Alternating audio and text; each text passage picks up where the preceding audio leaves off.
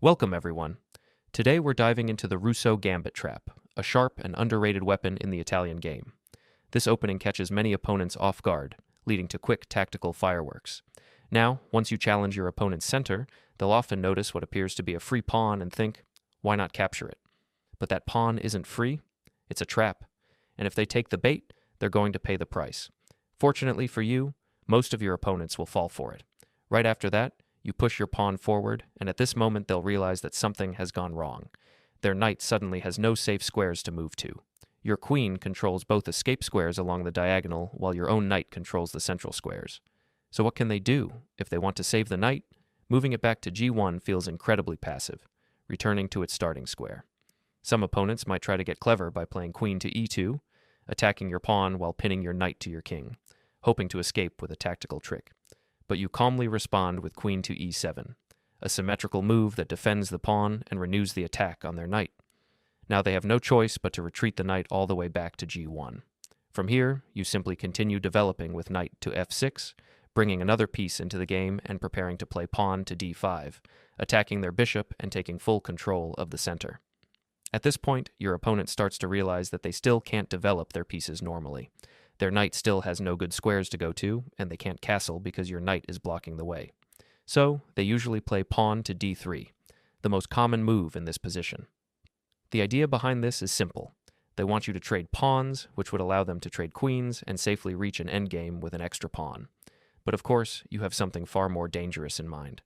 This is one of the most beautiful traps in this entire gambit, a classic idea that never fails to impress.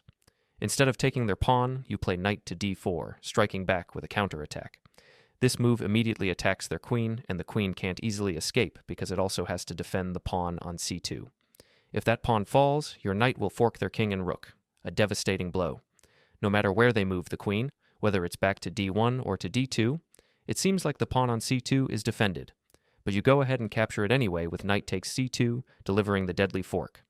If they decide to capture your knight, it only leads to more trouble after you play pawn takes d3.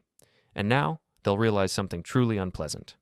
When your opponent tries to make this move on the board, the system immediately pulls it back with that frustrating illegal move sound.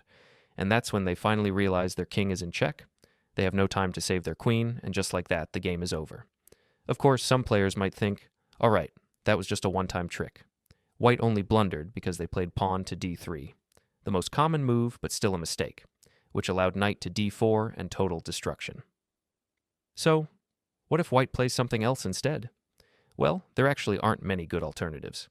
The knight still can't develop normally, and since pawn to d3 is losing, the next most popular move is knight to c3. But does that mean white is now safe? Not at all. This is where the beauty of the Rousseau Gambit really shines. Your opponents are about to learn it the hard way. You once again play knight to d4, showing that their earlier idea with queen to e2 was pointless, and only helped you develop your knight with tempo. The knight now attacks the queen and once again threatens the pawn on c2. White has no choice but to retreat the queen back to d1. And here comes an interesting idea. In this kind of position, you'd normally want to play pawn to d5, a strong, active move that attacks the bishop, opens the center, and helps you develop your light-squared bishop. Everything looks perfect, except for one problem. If you play pawn to d5 immediately, white has two attackers on that square, while you only have one defender. It may seem impossible to play pawn to d5 with fewer defenders, but you go for it anyway. And that's what shocks your opponent. Just like Mikhail Tal, you keep attacking without slowing down. The move hits their bishop, forcing a response. If they trade bishops, you recapture and bring your own bishop into play, gaining a clear lead in development. Now you're the one creating all the threats while your opponent's pieces are still stuck. One idea is to prepare knight takes c2 by pushing your pawn forward, opening the diagonal for your bishop. You can even castle queenside, adding pressure and attacking with tempo. If white tries the natural move knight to e2, hoping to challenge your knight in the center, they immediately run into trouble after bishop to g4. The knight is pinned to the queen and attacked twice, there's no escape. Once you capture the knight, you also win the queen on d1. Realizing this danger, white might try to defend with pawn to c3, but by then, they're already fighting for survival. White might try to push pawn to c3, hoping to kick your knight away and finally complete their development in peace. But even this move backfires due to a brilliant tactical motif, the deadly knight to f3 check. You don't retreat, you keep attacking. No matter how white captures your knight, Whether with their pawn or their own knight, it opens a discovered check against their king. And if the king tries to escape, it quickly runs into bishop to d3. An almost perfect checkmate since every surrounding square is covered. White is forced to give up material, but even then, you can capture back however you like and secure an easy win. Now, what if your opponent realizes they can't move the king and simply offers the knight instead? Should you take it? Not so fast. There's something even stronger. The winning move here is bishop to c2, a beautiful deflection idea. By attacking the queen, you force it to move, and once it does, you deliver a smooth and elegant checkmate. Of course, most players won't get this far. After pawn to e4, we've already seen how their plan with queen to e2 fails completely, so most of your opponents will retreat their knight all the way back to g1. At this point, you could tell them to reset and try again in the next game. But there's something better. You play pawn to d5, safely supported by your queen. They can't capture it, and now their bishop has to move, giving you yet another tempo. Previously, you gained a tempo by forcing the knight back. Now you do the same by chasing the bishop away. You gain yet another tempo by forcing the bishop to move, and once it retreats anywhere, you could simply capture the pawn on f5. That alone would completely justify the gambit. You've built a strong center, pushed your opponent's pieces back, and seized full control of the position. But there's an even stronger idea. You can take advantage of how awkward that knight is on g1 by playing queen to g5. Suddenly, your queen attacks the pawn on g2 and indirectly targets the rook in the corner. At this point, most players trade on c6. Not really necessary, but it only helps you, so no complaints there. Now your opponent has to deal with two threats, the pawn on f5 and the pawn on g2.